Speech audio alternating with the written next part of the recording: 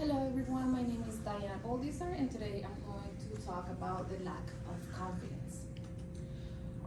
I want to ask you if has lacking confidence in yourselves stopped you from taking any risk? Today we're going to talk about the problem, the causes, the effects, and also the solution, what we can do and how we can take action from today and forward. This report from the organization of GITNUX or RG say that in USA, 85% of people report struggling with self-confidence issues at some point in their life. This information is important for this presentation. Also, 75% of girls with low confidence report engaging in negative activities when they feeling bad about themselves.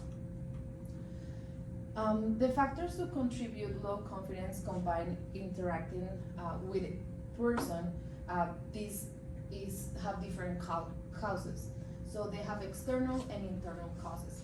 Externals are our genes or general or culture, background, childhood experience, and or circumstances that play a role in our lives. We don't have a control of these external situations.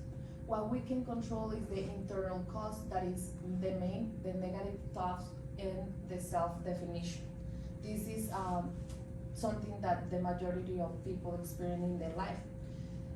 In the National Academy of Science and Engineering and Medicine, they describe self-confidence as one of the most influential motivators and regulations of the behavior of the people every day. So this is something that is like normal in our life, but sometimes we are not conscious about it. Another cause of this problem of lack of confidence is that reduce the quality of the people in many ways. So we can see like negative feelings, we can see also like in self-criticism, and this can lead a persistence of feelings, also like producing that I think majority of people like has feeling in their life, that sadness, depressions, anxiety, anger, shame, or guilt. I want to tell you that we as humans, we have 60,000 thoughts per day.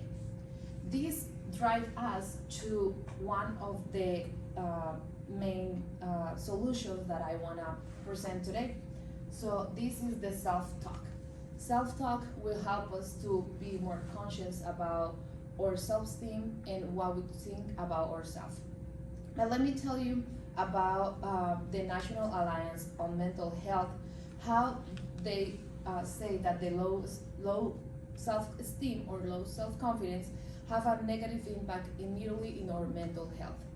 It's a study in Vietnam that they put together 1,149 students, and they ask questions about what are your self-esteem, what you think about anxiety, depression.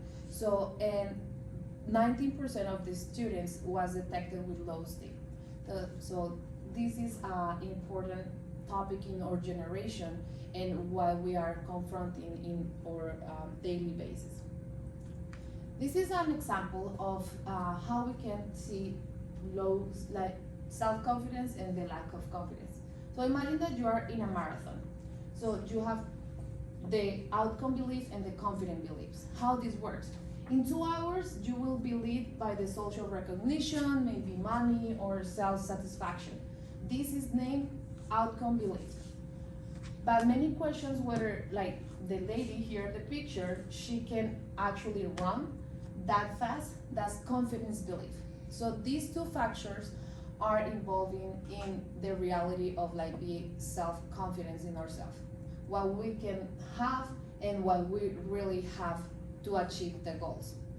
Everything of this begins with our self-talk.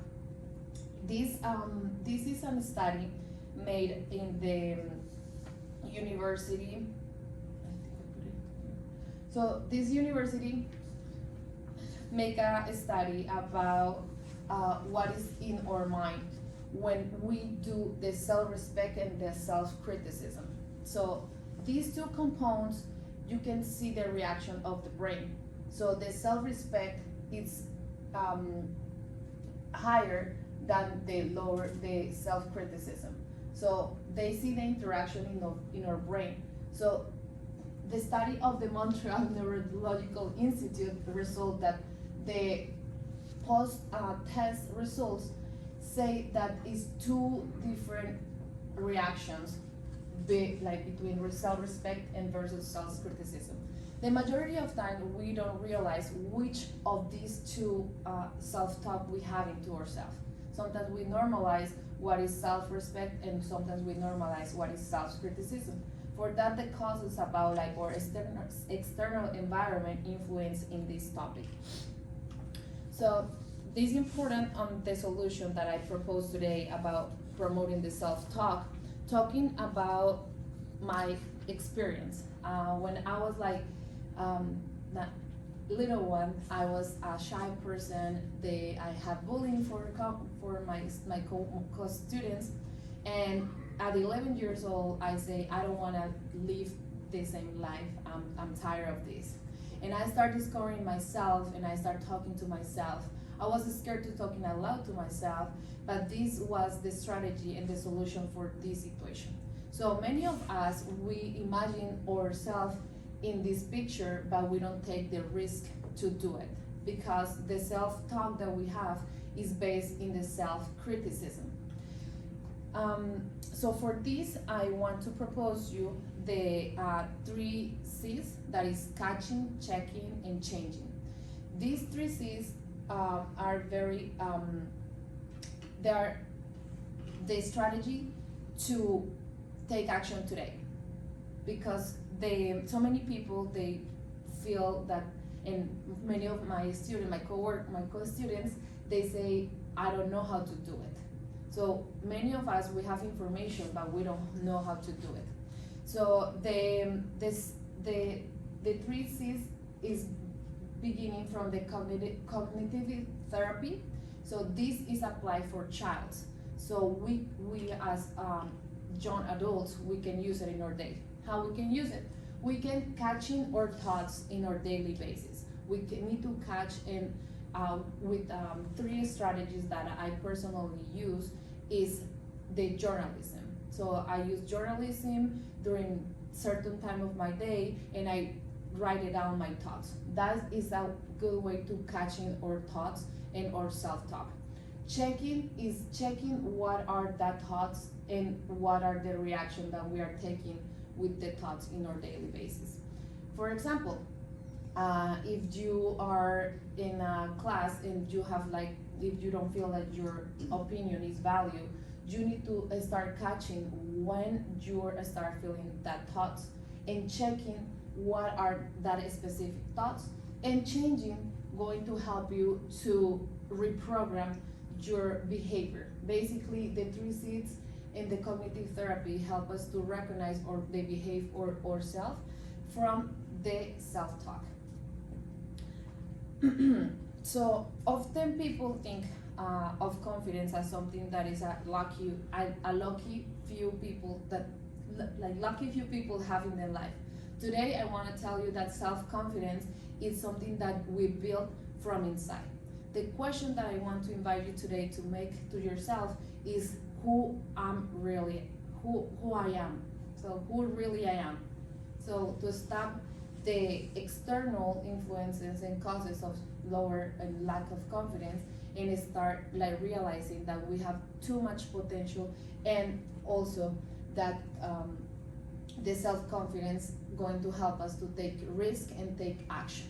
So this author, Alex Malik, she said, the only way to build self-confidence is to take a risk and take action, despite your fear or failure, messing up, or embarrassment. So this is very important when we talk about self-esteem, because in the investigation, I discovered too much information, and I was like, how I can combine this to make it easier to take action today. So beginning with the question of who really we are and where we want to go is the best way to start. Also, this technique is used for the sport training. So people like the trainers, they are they promote. So Hartley J is an investigator in self-talk in sports. So as we mentioned again in the marathon, uh, science self-talk has beneficial effects on attention. It's been used for different aspects in the life. So it's been used for academic engagement, regulation of anxiety, or depression in clinic. So it's used for performance, and too many sports of Michael Phelps that he's been winning like a lot Olympic games. They use the self-talk as a strategy to build the confidence. So today I invite you to be who you really are, and also to use self-talk as opportunity to explore our capacities. This has been a very helpful way for myself, and I'm a believer that this can be used for a lot of people, and more is we are like coming from another country and we are talking in a different English language that is not our first one. So in conclusion, we analyze today the problem of lack of confidence and how this generation has been highly impacted in the reaction of our thoughts and recognizing ourselves and who we really are. To continue the interesting studies in this topic, the self-talk, the opportunity to explore our capacities is an action that we can take today. So remember to catch, check, and change your thoughts from the negative to the positive, and you can see like a lot improvement in your lack of confidence going to disappear, and you guys can start taking action and take risks.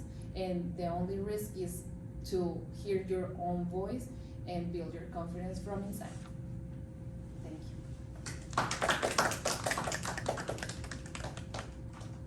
Questions? Yes. How do you do self-talking when you are talking yourself?